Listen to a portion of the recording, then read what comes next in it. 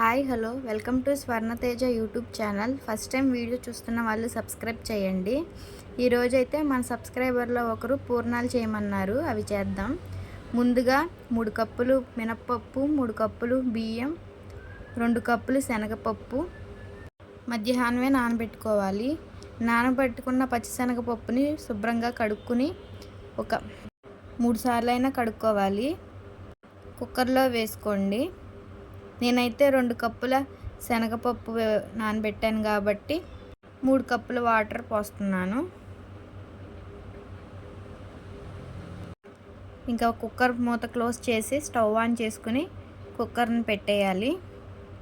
High ఫ్లేమ్లోనే పెట్టండి, ఎందుకంటే మధ్యాహ్నం అంతా నానింది కాబట్టి. హై ఫ్లేమ్లో పెట్టి ఒక 5 విజిల్స్ వచ్చే వరకు ఉడకనివ్వాలి.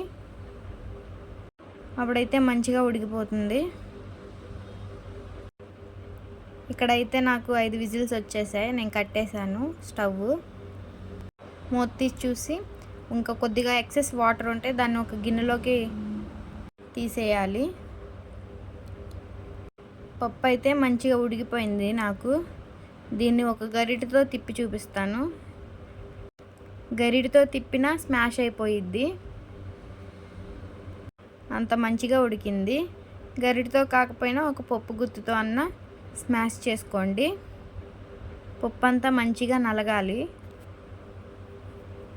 నేనైతే పప్పు గుత్తే యూస్ చేస్తానండి, పాతకాలం పద్ధతిలాగా. ఇందులోనే 1 కప్పు బెల్లం వేసుకోవాలి. ఈ బెల్లం అంతా కలిసేలాగా మంచిగా తిప్పుకోండి గరిటెతో. గరిటెతో తిప్పుతూనే ఉండాలి, లేకపోతే మాడిపోయిద్ది. పప్పు అనేది చాలా గట్టిగా అయ్యేంత వరకు ఉడికించుకోవాలండి. ఇక్కడైతే ఇంకా దగ్గరికి అవ్వాలి, ఇంకా తిప్పుతూనే ఉండాలి. ఇందులోనే ఇలాచి దంచిపెట్టుకున్న ఇలాచి వేసుకోవాలి ఫ్లేవర్ కోసం. ఇంకా దగ్గరికి వస్తుంది, ఇంకా కొద్దిసేపు ఉడకాలి. ఇక్కడైతే నాకు మంచిగా దగ్గరికి వచ్చేసింది. ఇలా గట్టిగా అయ్యేంతసేపు ఉడకనిచ్చుకోవాలి. స్టవ్ ఆఫ్ చేసేసి కొద్దిసేపు ఫ్యాన్ గాలి కింద ఆరబెట్టుకోవాలి. ఆరబెట్టిన తర్వాత ఇలా రౌండ్గా బాల్ చేసుకుంటే పర్ఫెక్ట్గా వస్తాయి. మంచిగా నెయ్యి రాసుకుని చేతికి బాల్స్ చేసుకోండి.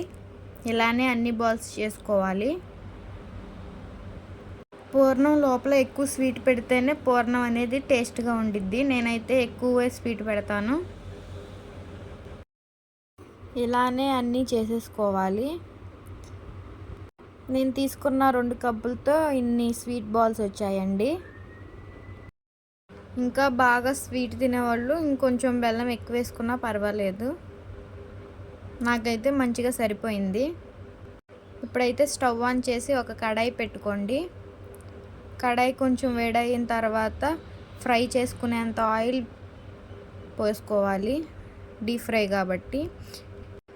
మినప్పప్పు బియ్యం మంచిగా రుబ్బుకొని అందులోనే రుచికి సరిపడ్డ సాల్ట్, సోడా ఉప్పు వేసుకోండి. ఇలా నేను చూపిస్తున్న విధంగా వేసుకోవాలి పూర్ణాలు ఒక్కొక్కటి తీసి.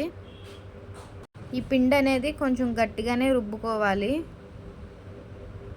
అప్పుడే పర్ఫెక్ట్గా వస్తాయి. ఇలా ఒకదాని తర్వాత ఒకటి వేసుకోవాలి. వీటిని మంచిగా ఫ్రై అవ్వనివ్వండి గోల్డెన్ బ్రౌన్ కలర్లో. ఇక్కడైతే నాకు 2 సైడ్స్ కాలిపోయాయి. నేను ఒక గిన్నెలోకి తీసేస్తున్నాను. ఇలా టిష్యూ పేపర్ వేసుకుంటే ఎక్సెస్ ఆయిల్ అనేది పీల్ చేసుకుంటుంది. కొంతమంది ఆయిల్ చేతికి తగిలినా తినరు, అలా ఇలా చేయొచ్చు. ఇలానే మిగతా ఆయిల్ కూడా వేసేసుకోవాలి. అంతేనండి, టేస్టీ పూర్ణాలు రెడీ. చాలా సింపుల్గా ట్రెడిషనల్గా ఇంట్లోనే చేసుకోవచ్చు. చూడండి ఎంత మెత్తగా వచ్చాయో నేను ఓపెన్ చేస్తుంటే. నేను చెప్పే క్వాంటిటీలో వండి చూడండి, టేస్ట్ అయితే చాలా బాగుంటుంది. మీరు కూడా మీ ఇంట్లో ట్రై చేసి ఎలా ఉందో కామెంట్ చేయండి.